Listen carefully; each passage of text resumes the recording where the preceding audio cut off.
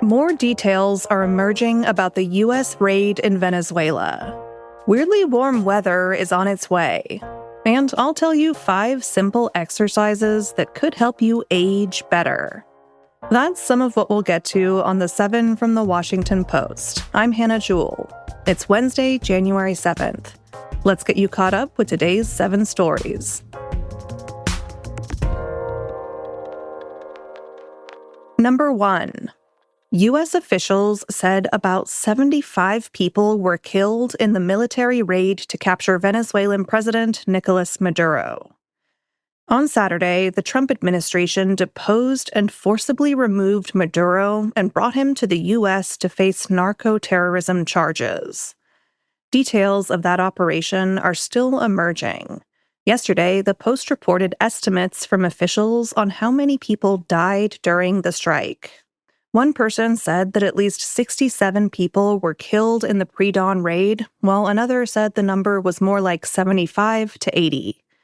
According to the officials, there were dozens of fatalities that resulted from a gun battle at Maduro's compound in Caracas, Venezuela's capital. The assessments account for Venezuelan and Cuban security forces, as well as civilians who were caught in the fray. And about a half dozen U.S. troops were injured in the operation. Some were shot at Maduro's compound. The sizable death toll adds meaning to President Donald Trump's remarks that the operation he approved was effective but very violent. Here he is speaking about the raid yesterday. It was amazing. And think of it, nobody was killed, and on the other side, a lot of people were killed. Unfortunately, I say that, soldiers. Cubans, mostly Cubans, but many, many killed. Meanwhile, in Denmark, officials increasingly fear the U.S. may try to seize its territory of Greenland. The White House said yesterday that utilizing the U.S. military is always an option to acquire the Arctic island. A key Trump administration official has been unusually quiet following the Venezuela raid. That's number 2. In recent days, Trump's top national security advisors have outdone one another to praise his decision to raid Venezuela. But one key figure has been largely absent from public view: Director of National Intelligence, Tulsi Gabbard. Gabbard is an Iraq War veteran who for years has spoken out against costly U.S. interventions abroad.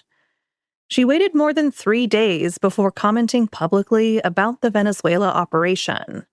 And she has been missing from Fox News, where she is usually a frequent guest championing Trump's policies.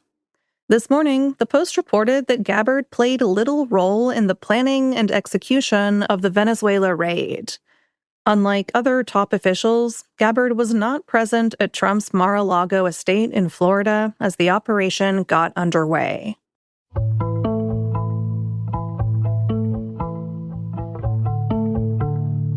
Number 3. The White House published a website rewriting the history of the January 6th attack. 5 years ago yesterday, a mob of Trump supporters violently stormed the Capitol to try and stop certification of Joe Biden's 2020 election victory. To mark the anniversary, some January 6th defendants and supporters retraced their steps with a march to the Capitol.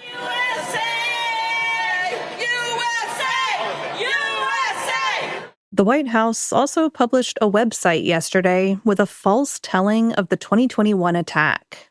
It criticizes Democrats and some Republicans for engaging in what Trump has called a witch hunt against him.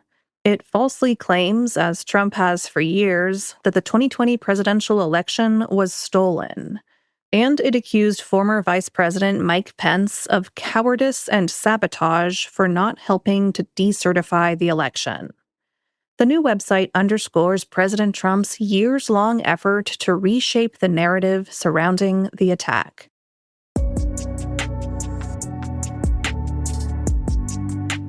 Number 4.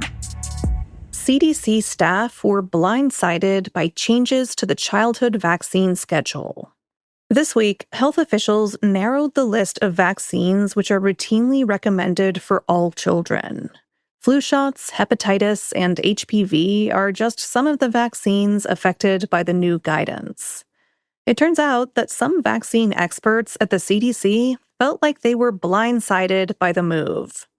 5 career scientists and researchers told the Post that they were angry about the lack of extensive consultation ahead of the announcement. They spoke to us anonymously due to fears of retaliation. Experts have warned that changes to the childhood vaccine schedule could weaken protections against preventable, deadly diseases.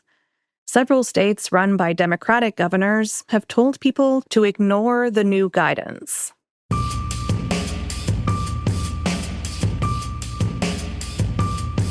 Number 5. Hilton said it will cut ties with a property that refused hotel rooms to ICE. This week, a Minneapolis area Hampton Inn has been locked in a fight with the Department of Homeland Security. On Monday, the hotel's operator apologized for allegedly canceling reservations for DHS employees. But then, later that night, conservative influencer Nick Sorter showed up at the hotel and asked for 10 rooms, telling someone that they were for DHS.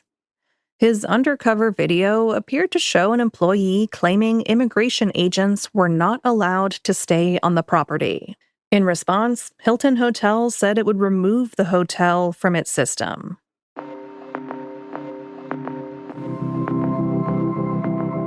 Number 6. It will feel like mid-spring in several states this week. This will be welcome news for winter haters. In the coming days, several temperature records are forecast to be neared, tied, or broken across the country.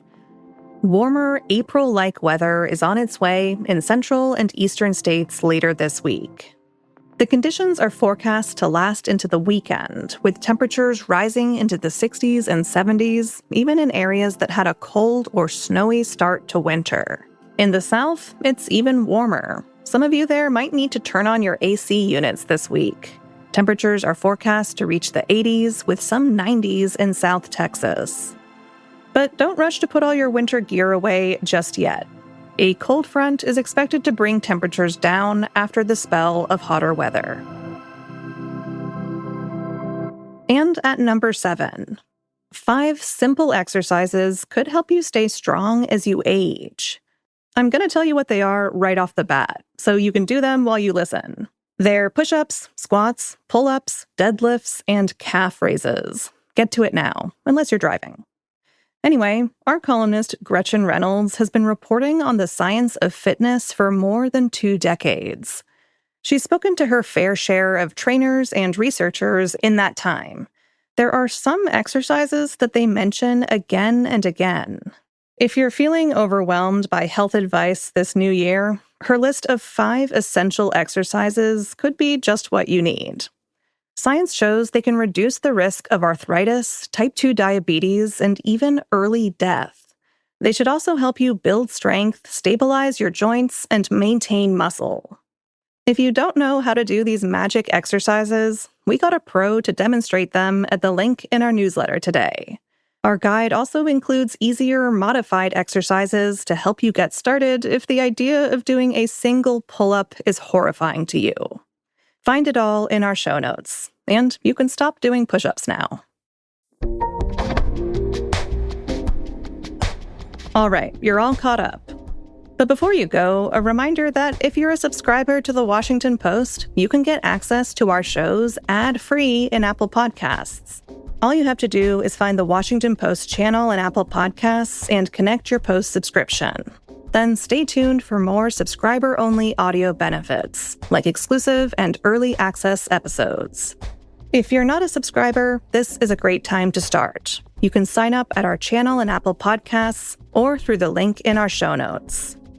I'm Hannah Jewell. We'll meet you back here tomorrow.